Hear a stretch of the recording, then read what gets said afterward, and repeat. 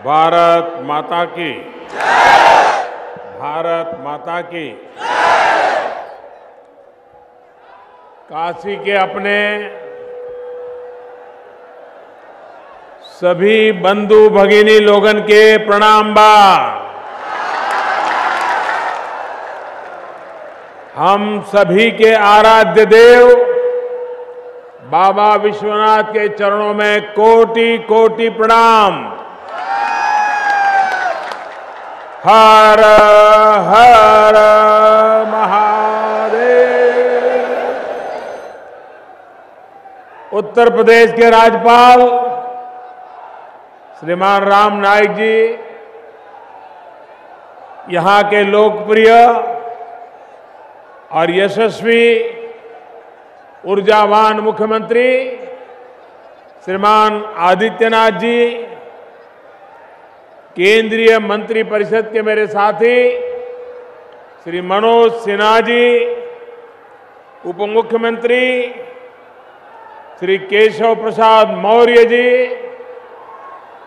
UP सरकार में मंत्री सुरेश खन्ना जी, संसद में मेरे साथी भारतीय जनता पार्टी के प्रदेश अध्यक्ष भाई श्री महेंद्र नाथ पांडे जी और यहां विशाल संख्या में उपस्थित काशी के मेरे प्यारे भाई और बहनों,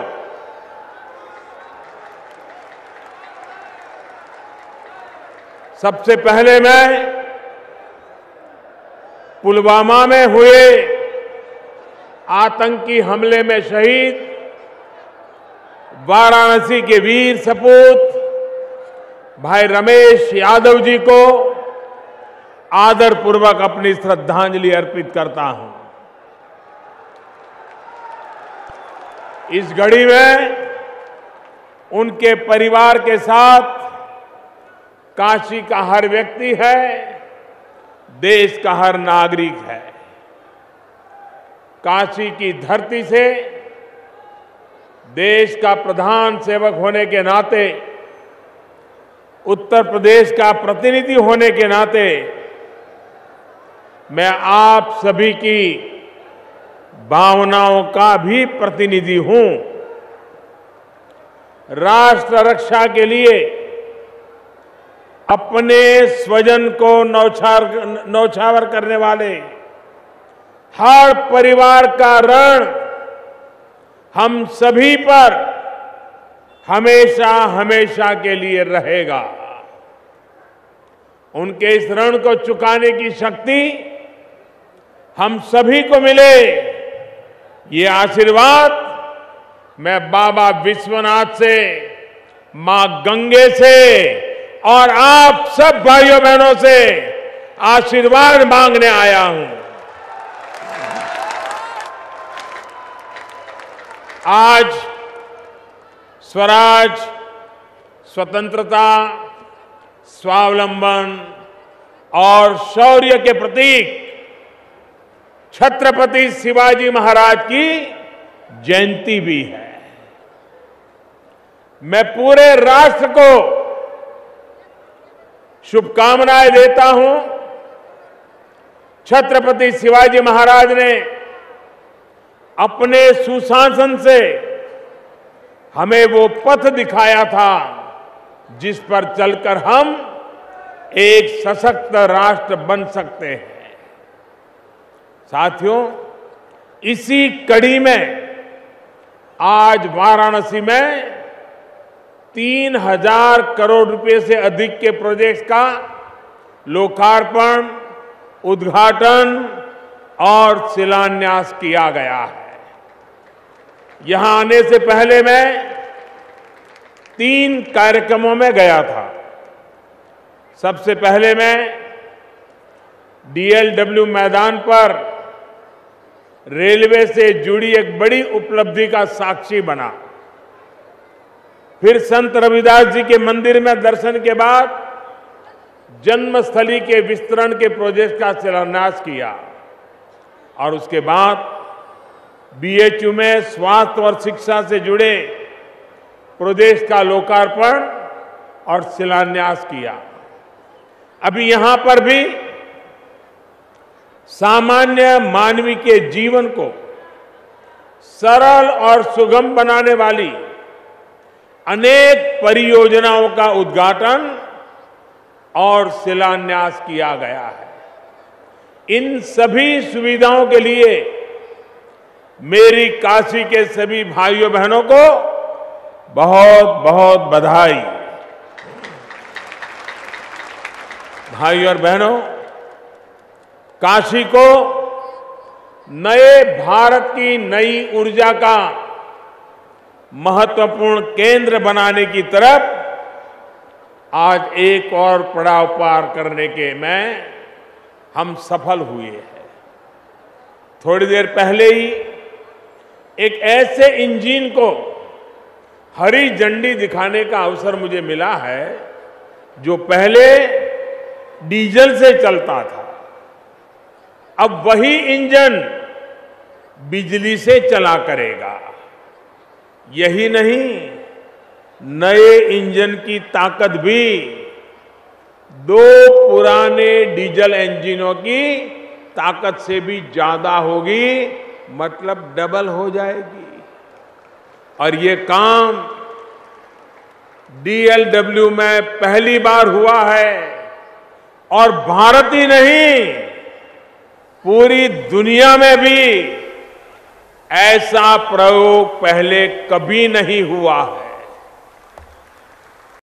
साथियों, मेक इन इंडिया के तहत किए गए इस काम ने एक बार फिर दुनिया में भारतीय वैज्ञानिक और इंजीनियरिंग क्षमता का लोहा मनवाया है। इस प्रयोग के सफल हो जाने के बाद भारतीय रेलवे को और सशक्त बनाने, क्षमता और रफ्तार बढ़ाने में बहुत बड़ी मदद मिलेगी।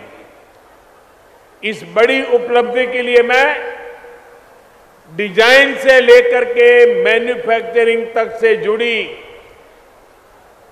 हर व्यक्ति, पूरी टीम के सभी लोगों को बहुत बहुत बधाई देता हूं। और ये महत्वपूर्ण काम मेरी काशी की धरती पर हुआ है, आपके बीच में हुआ है। साथियों, भारतीय रेल की सूरत और सीरत बदलने वाले अनेक कदम बीते 4.5 वर्ष में उठाए गए। दिल्ली से काशी के बीच चल रही देश में बनी पहली semi high speed train Vande Bharat express इसका एक और बहुत बड़ा उदाहरण है। इस ट्रेन को लेकर अनेक चिट्ठियां मेरे पास आई है। देश के लोगों में एक उत्साह है, गौरव का भाव है कि इतने दशकों बाद ही सही भारत को एक विश्व स्तरीय ट्रेन मिली है। लेकिन इस ट्रेन को कुछ लोगों द्वारा जिस तरह निशाना बनाया जा रहा है, उसका मजाक उड़ाया जा रहा है, ये बहुत दुखद है। मुझे जो चिट्ठियां मिल रही हैं, उसमें लोग बहुत ज्यादा आहत हैं। इसे देश के हर इंजीनियर का, हर टेक्नीशियन का अपमान बता रहे हैं। भारत का मजाक उड़ाने की मानसिकता से घिरे ऐसे लोगों से देश के प्रत्येक नागरिक को, देश के हर नौजवान को सतर्क रहना आवश्यक है। काशी के मेरे प्यारे भाइयों बहनों, बताइए, ये वंदे भारत ट्रेन बनाने वाले इंजीनियरों के लिए हमें गर्व हो रहा है कि नहीं हो रहा है? हमारा माथा ऊंचा हो रहा है कि नहीं हो रहा है? क्या इंजीनियरों को अपमानित करना उचित है क्या? टेक्नीशियनों को अपमानित करना उचित है क्या? दिन रात देश के लिए काम करने वाले लोगों का मजाक उड़ाना उचित है क्या? क्या ऐसी मजाक उड़ाने वालों को माफ किया जा सकता है? सही समय पर सही सजा मिलनी चाहिए कि नहीं मिलनी चाहिए? भाइयों बहनों, ऐसे दौर में जब आप सभी राष्ट्र निर्माण के लिए, देश में कुछ नया करने के लिए जी जान से जुटे हैं, उस समय मैं आपसे यही आग्रह करूंगा कि नकारात्मकता से घिरे इन लोगों की इन हरकतों से निराश होने की जरूरत नहीं है। मैं चेन्नई रेल कोच फैक्ट्री के इंजीनियरों, टेक्नीशियनों, हर कर्मचारी से भी कहूंगा कि भारत को आप सभी पर बहुत गर्व है।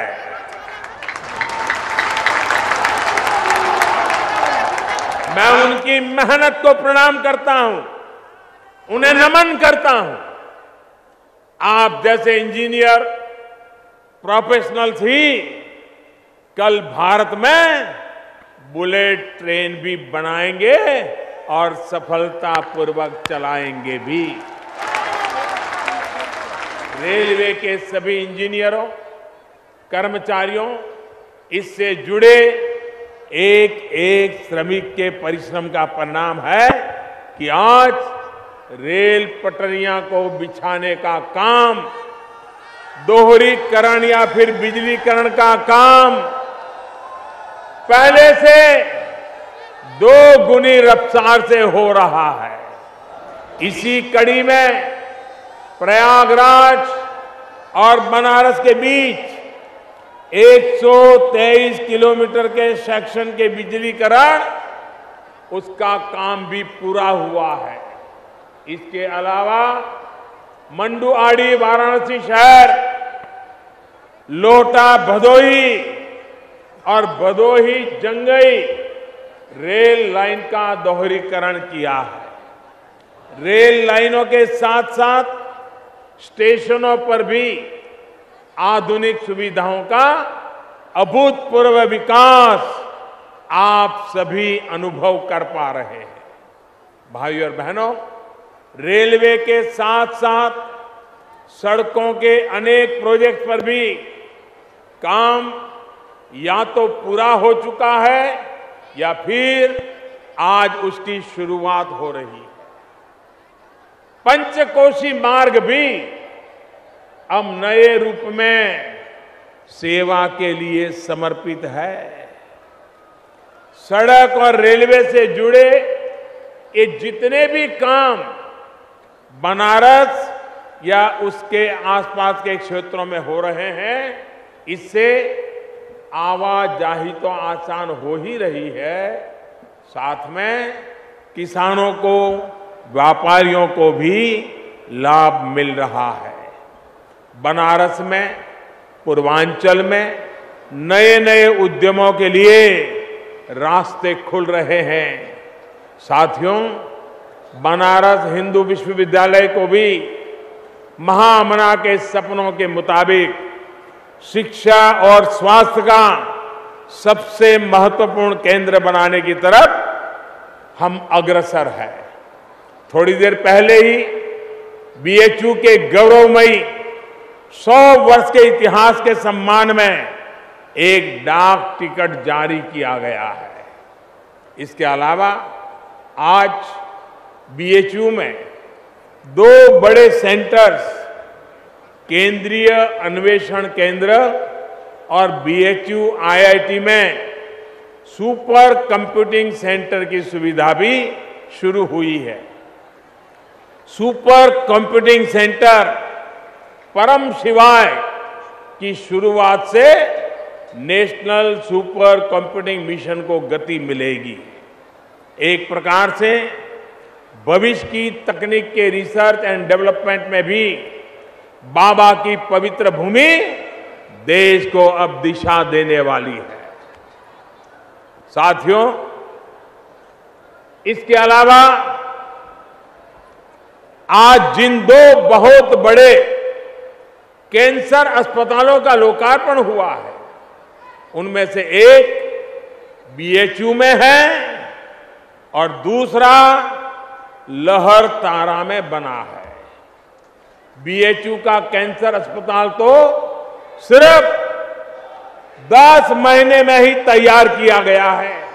रिकॉर्ड टाइम है ये दोनों अस्पताल मिलकर काम करेंगे। लहरतारा में जो अस्पताल बना है, वहां कैंसर के इलाज की सबसे आधुनिक मशीन में से एक भाभा ट्रोन को भी स्थापित किया गया है। साथियों, इस क्षेत्र में और खासकर पूर्वांचल में कैंसर के मरीजों को उपयुक्त इलाज के अभाव में दूसरे बड़े शहरों में जाने के लिए मजबूर होना पड़ता था। अब वाराणसी में ही कैंसर का आधुनिक इलाज संभव हो पाएगा। इसका लाभ यूपी के साथ साथ बिहार, झारखंड, मध्य प्रदेश और छत्तीसगढ़ के मरीजों को भी इसका लाभ मिल पाएगा। भाइयों और बहनों, आज पांडेपुर में मजदूरों, श्रमिक साथियों के लिए 150 बेड के ईएसआईसी अस्पताल और एक हेल्थ एंड वेलनेस सेंटर का भी लोकार्पण किया गया है। आधुनिक इलाज की ये सभी सुविधाएं उन गरीब परिवारों के लिए और भी अहम सिद्ध होने वाली है, जिनको आयुष्मान भारत के तहत हर वर्ष 5 लाख रुपए तक के मुफ्त इलाज की सुविधा सुनिश्चित हुई है। यूपी में ऐसे लगभग 1 करोड़ 20 लाख परिवार हैं, जिनमें से 38,000 मरीजों को मुफ्त इलाज मिल भी चुका है। अभी योजना को 150 दिन भी नहीं हुए हैं। थोड़ी देर पहले मैं ऐसे अनेक लाभार्थियों से मिला भी हूं। पैसे के अभाव में वो जीवन की उम्मीद छोड़ चुके थे, लेकिन अब वो अपना उत्तम इलाज करा पा रहे हैं, आयुष्मान हो पा रहे हैं। आपका ये प्रधान सेवक पूरी ईमानदारी से आपकी सेवा करने में जुटा है। यहां कुछ देर बाद मैं अनेक दिव्यांगजनों से मिलकर उनको जरूरी उपकरण भी सौंपने वाला हूं।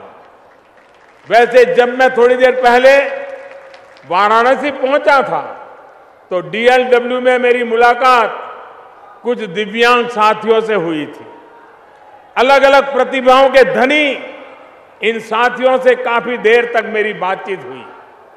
कोई पेंटिंग करता था, कोई पैरा ओलंपिक एथलीट था, कोई राष्ट्रीय स्तर का शूटर, एक बच्चा तो मिमिक्री में बहुत माहिर था।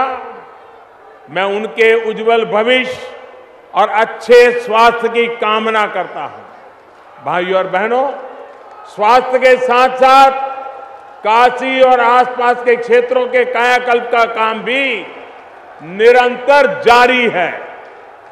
पर्यटन को बढ़ावा देने वाली परियोजनाएं हो या फिर काशी स्मार्ट सिटी से जुड़ा इंटीग्रेटेड कमांड सेंटर, ये सारी सुविधाएं बनारस की तस्वीर बदलने वाली हैं। वहीं गोइठा का सीवेज ट्रीटमेंट प्लांट बनने से वरुणा के रास्ते गंगा जी की और गंदगी नहीं जा पाएगी। इससे गंगा जी की स्वच्छता और निर्मलता के हमारे अभियान को और ताकत मिलने वाली है। मां गंगा को निर्मल बनाने के लिए आप सभी ने काशी वासियों ने जो प्रयास किए हैं उनकी प्रशंसा आज पूरी दुनिया कर रही है। साथियों, काशी स्मार्ट भी बनेगी और अपने संस्कारों को कायम भी रखेगी। बाबा विश्वनाथ के परिसर की दिव्यता को भव्य स्वरूप देने का काम भी तेज गति से चल रहा है। काशी के गौरव से जुड़े मान महल में वर्चुअल म्यूजियम भी अब यहां आने वाले पर्यटकों के लिए नया अनुभव देने वाला है। इस वर्चुअल म्यूजियम में काशी की कला, सांस्कृतिक विरासत को बताने के लिए प्रोजेक्ट लगाए गए हैं। साथियों, देश के पशुधन को स्वस्थ और बेहतर बनाने के लिए हमारी सरकार के द्वारा राष्ट्रीय गोकुल मिशन शुरू किया गया था। इस बार बजट में इसको विस्तार देते हुए राष्ट्रीय कामधेनु आयोग बनाने का फैसला लिया गया है। ये आयोग गौ माता की देखभाल और उनसे जुड़े नियमों कायदों को प्रभावी तरीके से लागू करने का काम करेगा। यहां बनारस में भी 2 कान्हा सेंटर बनने वाले हैं, जिनका शिलान्यास आज हो गया है। ये दोनों सेंटर गौ माता की सेवा के हमारे भाव को और मजबूत करेंगे। भाइयों और बहनों, मछली पालन से जुड़े लोगों के लिए भी सरकार ने महत्वपूर्ण कदम उठाया है। इस बजट में सरकार ने ऐलान किया है कि मछली पालन से जुड़े हर पहलू पर ध्यान देने के लिए अलग से एक डिपार्टमेंट बनाया जाएगा। मछली पालन के लिए 7,000 करोड़ रुपए के फंड और किसान क्रेडिट कार्ड से लोन की व्यवस्था सरकार पहले ही कर चुकी है। साथियों, हमारी सरकार देश के विकास को 2 पटरियों पर एक साथ आगे बढ़ा रही है। पहली पटरी है इंफ्रास्ट्रक्चर, जैसे हाईवे, रेलवे, एयरवे, बिजली, इंटरनेट, ऐसी सुविधाओं का विकास। और दूसरी पटरी गरीब, किसान, श्रमिक, मध्यम वर्ग का जीवन, माताओं बहनों का सम्मान, ये सब आसान बनाने की दिशा में हम काम कर रहे हैं। इन दोनों पर साथ चलते हुए इस बार केंद्र सरकार ने जो बजट पेश किया है उसमें भी अनेक बड़ी योजनाओं का ऐलान किया गया है। ऐसे किसान परिवार जिनके पास 5 एकड़ से कम जमीन है, उनके लिए पीएम किसान सम्मान निधि नाम की योजना बनाई गई है। आपने देखा होगा कि पहले, और मैं चाहूंगा काशीवासी इस बात को भली भांति जरा समझिए, ताकि आप झूठ फैलाने वालों को, गुमराह करने वालों को मुंह तोड़ जवाब दे सको। जवाब दोगे? जवाब दोगे? पक्का दोगे? आप सुनिए, आपने देखा होगा कि पहले 10 वर्ष के बाद 10 साल में एक बार कर्ज माफी का ढिंढोरा पीटा जाता था और सिर्फ 50-55 हजार करोड़ रुपए की कर्ज माफी की जाती थी। और उसमें भी एक गांव में अगर 100 किसान है तो कहीं 20 को लाभ मिलता था, कहीं 25 को मिलता था, उससे ज्यादा लोगों को लाभ नहीं मिलता था। अब जो योजना हमने बनाई है, इससे 10 वर्ष में 7.5 लाख करोड़ रुपया, कहां 50-55 हजार और कहां 7.5 लाख करोड़ रुपया सीधा किसानों के खाते में जमा होगा।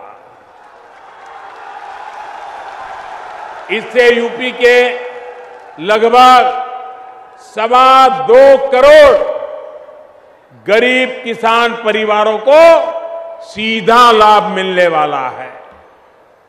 इस पैसे का उपयोग अब किसान परिवार बीज, खाद, कीटनाशक जैसी जरूरतों के लिए कर पाएगा। अब उसको साहूकार के पास से महंगे ब्याज वाली रकम से पैसे नहीं लेने पड़ेंगे।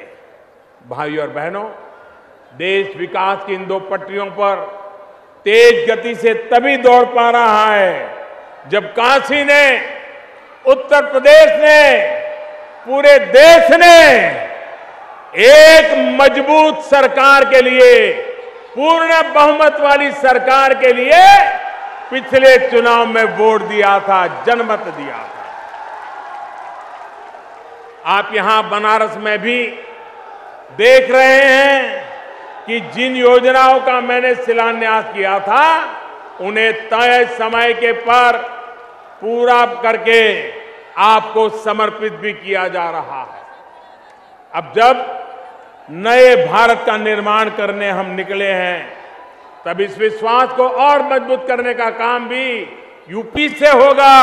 इसी आत्मविश्वास के साथ आपको फिर इन तमाम सुविधाओं के लिए बहुत बहुत बधाई देता हूं। आप बहुत भारी संख्या में हमें आशीर्वाद देने के लिए आए, इसके लिए भी आपका बहुत बहुत आभार व्यक्त करता हूं। दोनों मुट्ठी बंद करके पूरी ताकत से मेरे साथ बोलिए, भारत माता की,